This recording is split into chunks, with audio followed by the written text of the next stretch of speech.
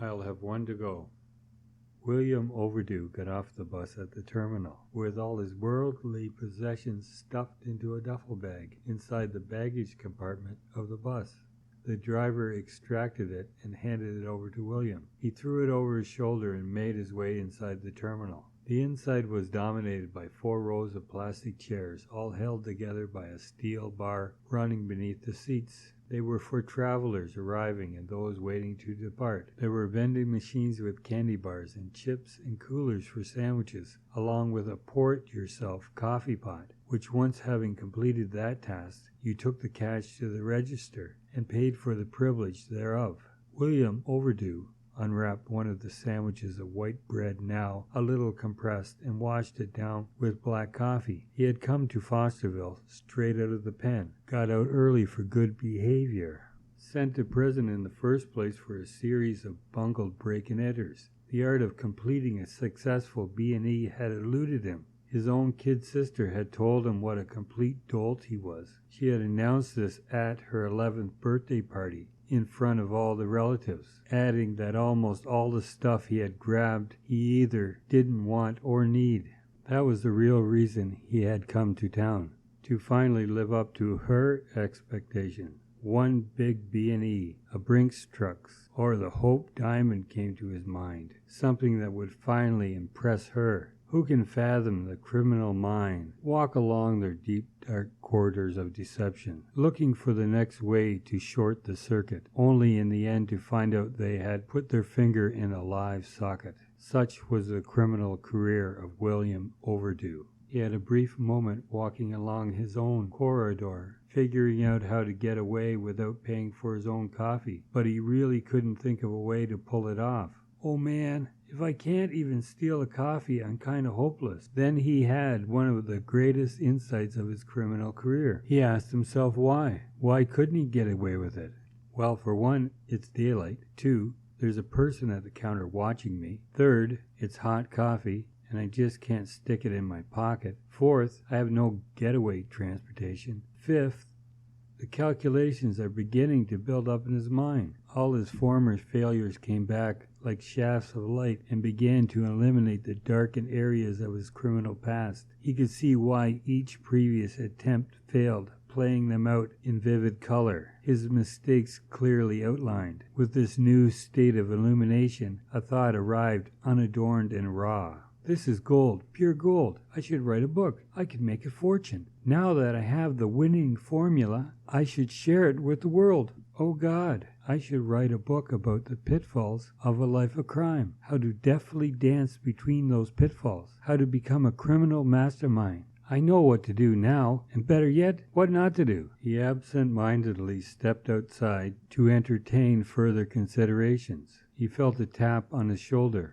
"You are planning to pay for that coffee, aren't you, sir?" He looked down with amazement to find the coffee cup in his hand. Old habits die hard. He didn't even try to explain. He just bolted across the parking lot and down the street with his duffel bag bobbing after him. Nobody bothered to follow. The counter attendant, Doris Honeyglaze, just watched and shook her head at the paper coffee cup and its spilled contents at her feet. William Overdue didn't look back. "I did it," he congratulated himself. "Broke every rule. I did it in plain daylight, in front of witnesses, without a getaway car." Stunned by his success, he realized he had just gathered up enough material to complete the first chapter of his own book, all without the realization he had put his finger in the socket once again.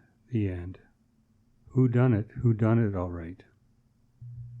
Right out of the box, fresh off the shelf. No day-old bread for me. Nothing but the best and at the best price. Zero, nada. He now looked at his new watch in the store's washroom, admiring it in the mirror. Handsome is a word that comes to mind. Picked it clean as a plucked chicken from behind the glass counter. Harry, who, would-be purveyor of Purline products, had just struck. It really works, just the way the book said it would. He fingered the pocketbook in his jacket with appreciation. should have stolen it also. How's It Done? Written by William Overdue, self-described criminal mastermind. Harry Hoo had been captivated by the exploits of Overdue, who, although in jail from time to time, used his wits and guile to get released early or paroled again and again. "There ain't no jail that can hold me for too long," he had written. Of course, the whole escapade about fleeing after a failed attempt at getting away with a stolen coffee was overlooked. The book took on a more scholarly tone, with chapters entitled "Case the Joint," "While No One's Looking," "Under the Cover of Darkness." The book, being modestly successful locally, brought invitations from various sources to speak. One such invitation was by Olivia Boyle's night school class on the art of detection. Overdue looked at the invitation. He considered it, tossed it around in his mind. He decided to speak on just the opposite theme of his book, how it's not done. There must be as much to say about that aspect. The fact that he was a criminal willingly going amongst people who were budding criminologists didn't really deter him, mainly because it didn't occur to him. Olivia Boyle sat in the front row. She was hoping to peer inside the mind of a deviant, to see what makes him tick. Her main thesis she was working on was how to recognize a criminal from a distance. She was so convinced that something which had rewired their brains towards criminal activity would manifest itself in their outward appearance.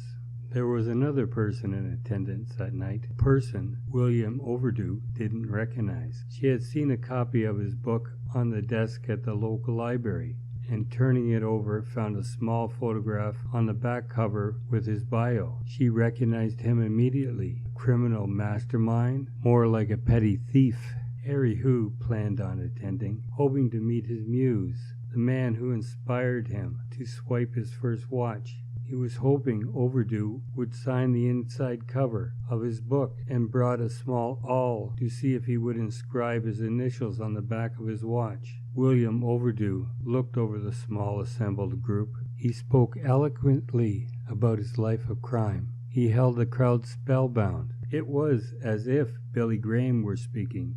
And when it came to answering questions, a room full of hands went up.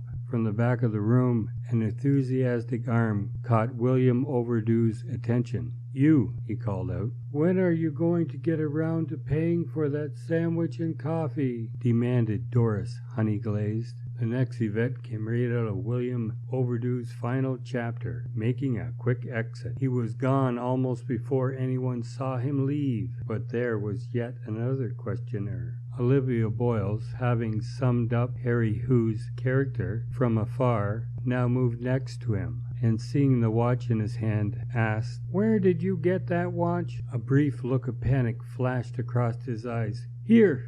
Thrusting the watch into her hand, he exited in the opposite direction, pushing himself through the crowd, mimicking his hero's earlier departure. Olivia Boyles and Doris, honey-glazed, side by side, watched as he disappeared out the door. Later, over coffee at Joe's Cafe, Olivia, explaining her desire to either be hired as a private eye or open her own business, came to her own assessment of Doris, honey-glazed. "You ever think of changing careers? I never thought of selling sandwiches and coffee as a career. I just kind of fell into it. I'd like to start my own firm, but I would rather be a part of a team than work alone. If you're looking in my direction, I don't have any experience in that field. Neither did Dr. Watson. Think about it. Honey-glazed and Boyles. Got a nice sound to it, doesn't it? Besides, I think you're a good judge of character. What's your considered opinion of Mr. William Overdue, the criminal mastermind? He has the nervous system of a chihuahua on roller skates." In a burst of laughter, Honey-glazed and Boyles came into being.